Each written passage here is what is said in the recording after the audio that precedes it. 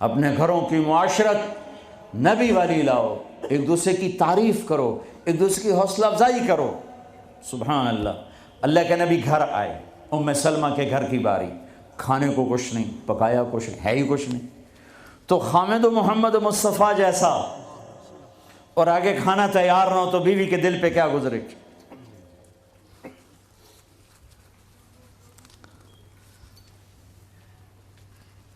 آپ نے پوچھا ام سلمہ کھانا کھانے کو کچھ ہے؟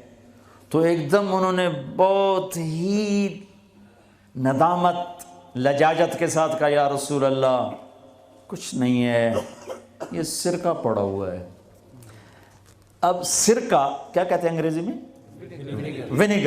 ونیگر، شاید کسی کو سرکہ سمجھ میں نہ آئے۔ ایسی چیز ہے، ایک ڈراپ یہاں رکھو تو تمہاری زبان جل جائے گی،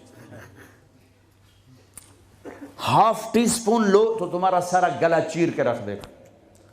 اور میں غلطی سے کوئی سرکے میں بعض سلاد پہ ہوتا ہے نا سرکہ ڈالا ہو، میں غلطی سے میرے منہ میں کوئی ایک پتا بھی چلا جائے تو ایک ہفتہ میرا گلا گیا، اتنا میرا سینسٹیو گلا ہے اس سے۔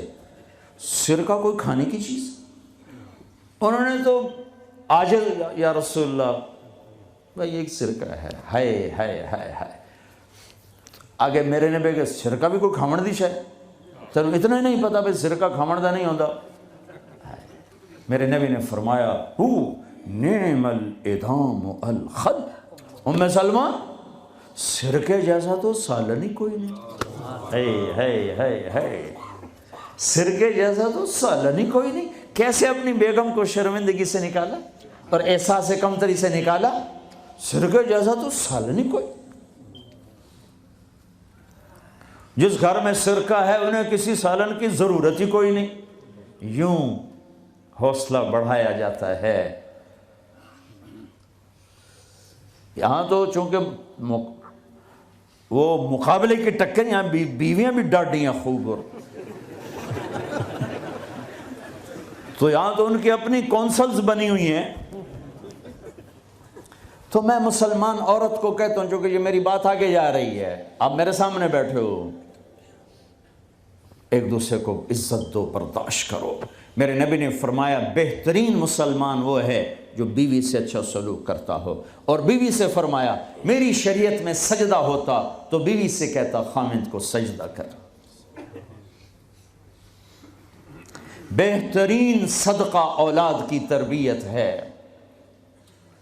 پورا گھر میرے نبی نے نقشہ بنایا، ہر ایک کی قیمت بتائی۔ ماں تیرے قدموں تلے جنت، کہ کاش میری ماں زندہ ہوتی، تم دیکھتے میں کیا کرتا، میں عشاء کی نماز کے مصلی پر ہوتا، میں سورۃ فاتحہ پڑھ رہا ہوتا، ادھر سے آواز آتی میری ماں کی محمد، تو میں نماز توڑ کے کہتا لبیک اماں جان۔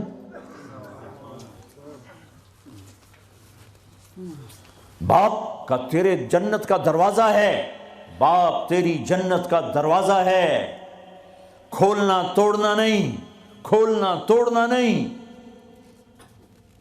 توڑ دیا تو جنت میں نہ جا سکو گے۔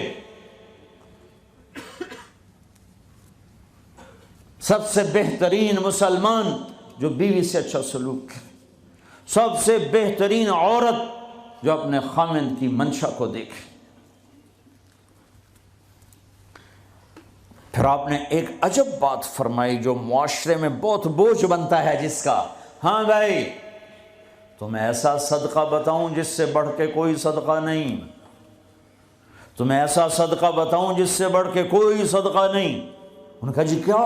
کہا الابنۃ المردودہ، جس کی بیٹی کو طلاق ہو گئی یا بیوہ ہو گئی اور گھر واپس آ گئی ماں باپ کے، یا ماں باپ نہیں ہے تو بھائی ہیں، وہ ایک بوجھ بنتی ہے ماں باپ پر بھی، اور بھائی تو ویسے ہی باغی ہو جاتے ہیں۔ میرے نبی نے فرمایا اس بچی پہ خرچ کرنا کائنات کا سب سے افضل صدقہ ہے۔ گھر، ایک گھر کیسے چلتا ہے؟ میرے نبی نے فرمایا جس کو اللہ نے 2 بہنیں دیں، اس نے ان کا حق ادا کیا، شادی کی حق ادا کیا۔ ماں باپ کی وراثت میں سے ہوتا ہے، اگر میں نے کوئی خود کمایا ہے اس میں بہنوں کا حق نہیں، ماں باپ سے اگر 1 روپیہ بھی آیا ہے تقسیم کیا جائے گا۔ جس نے بہنوں کا حق ادا کیا، شادی کی حق ادا کیا، اس پہ جنت واجب ہو گئی۔ جس کو اللہ نے 3 بیٹیاں دیں، اس نے ان کی ڈولی اٹھائی، وہ جنت میں میرے ساتھ یوں ہوگا۔ ایک بولے، اگر 2 ہوں، کہ جس نے 2 بیٹیوں کی شادی کی وہ بھی ایسے ہوگا۔ اللہ بھلا کرے۔ ایک صحابی کا کہ جس کی 1 ہو، کہ جس کی 1 ہے، اگر اس نے اس کو عزت سے رخصت کیا تو وہ بھی میرے ساتھ ایسے ہی ہو۔ میرے نبی کو اللہ نے بیٹے دے کے اٹھا لیے، قاسم اٹھا لیے، عبداللہ اٹھا لیے، ابراہیم اٹھا لیے، 4 بیٹیاں دی، 3 زندگی میں اٹھا لی، زینب، ام کلثوم، رقیہ، تینوں آنکھوں کے سامنے چلی گئیں۔ فاطمہ سے نسل چلی، آپ نے فرمایا لوگوں کی نسل بیٹے سے چلتی ہے، میری نسل میری بیٹی فاطمہ سے چلی۔ اس لعنت کو دھویا۔ عورت کا کیا قصور ہے اگر اس بیچاری کو بچیاں ہو رہی ہیں؟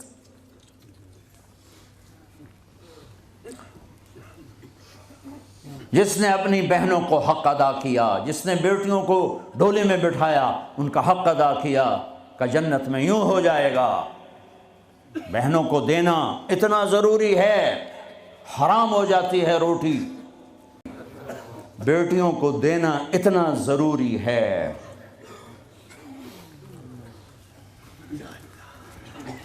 میں اپنے نبی والی معاشرت قائم کرو، اپنے نبی والی معاشرت قائم کرو، محبت ہو، سچائی ہو، الفت ہو، درگزر ہو، معاف کرنا ہو، طلاق سے بچو، یہ جھوٹی شادیاں نہ کرو، پیپر کی شادیاں نہ کرو، اللہ کے واسطے یہ دھوکہ نہ دو۔